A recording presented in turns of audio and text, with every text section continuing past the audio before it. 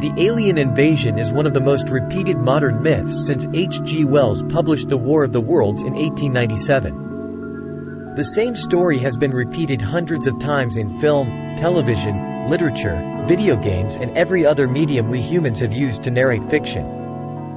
Its success is explained because it combines our fascination with what may be out there, that doubt about whether or not we are alone in the universe, and an ancient fear of an attack from the neighboring tribe. But that's fiction. No one believes it could be true, or right. According to a study carried out during the 2016 American elections, up to 12 million Americans, 4% of the electorate, believed in the so-called reptilian conspiracy. An exaggeratedly crazy theory that claims that the world's elites are controlled by lizard-shaped aliens hiding among us.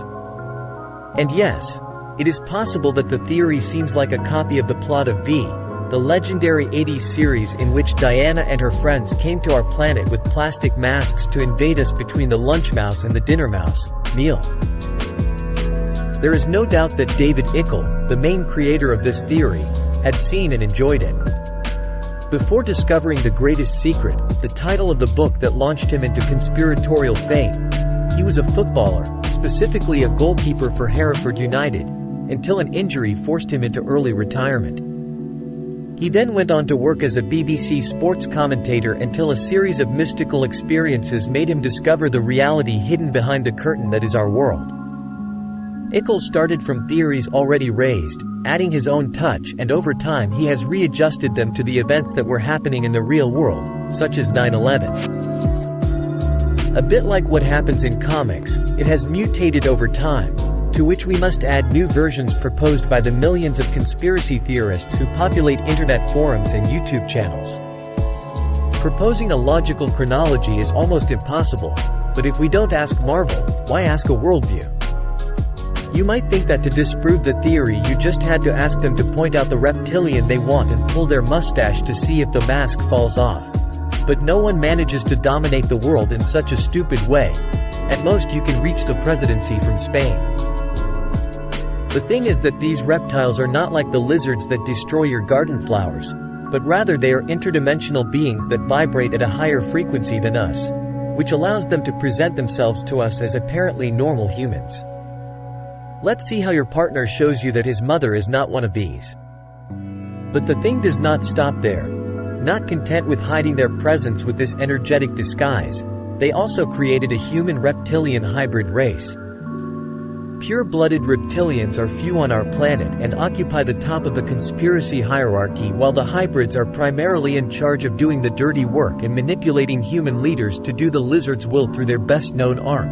Indeed, the Illuminati.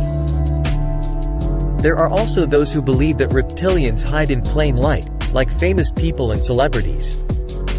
Yes, Obama was a reptilian. And what interest do these reptilians have in us? Some say that because they feed on our blood, hence the abductions, while others point out that their diet is our emotions, and that is why they manipulate events to generate bad vibes. Hence the September 11th attacks, the financial crisis, the Iraq War. Come on. They're going to gain weight and have to start running.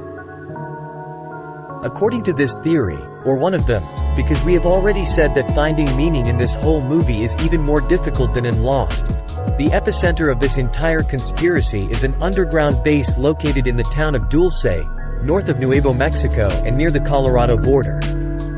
There is an installation of at least 8 levels in which thousands of collaborative humans work side by side with the Greys, the reptilian worker caste, where genetic experiments are carried out, astral travel, mental control, manipulation of the matter, and anything anyone can imagine.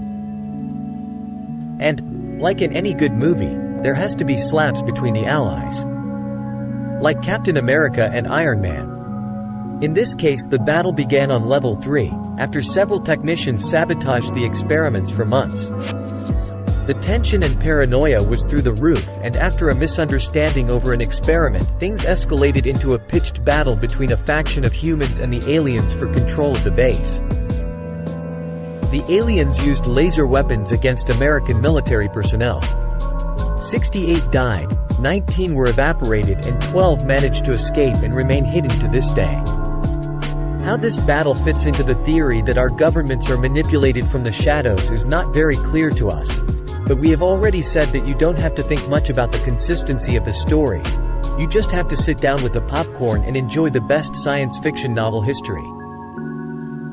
Thanks you for watching the video.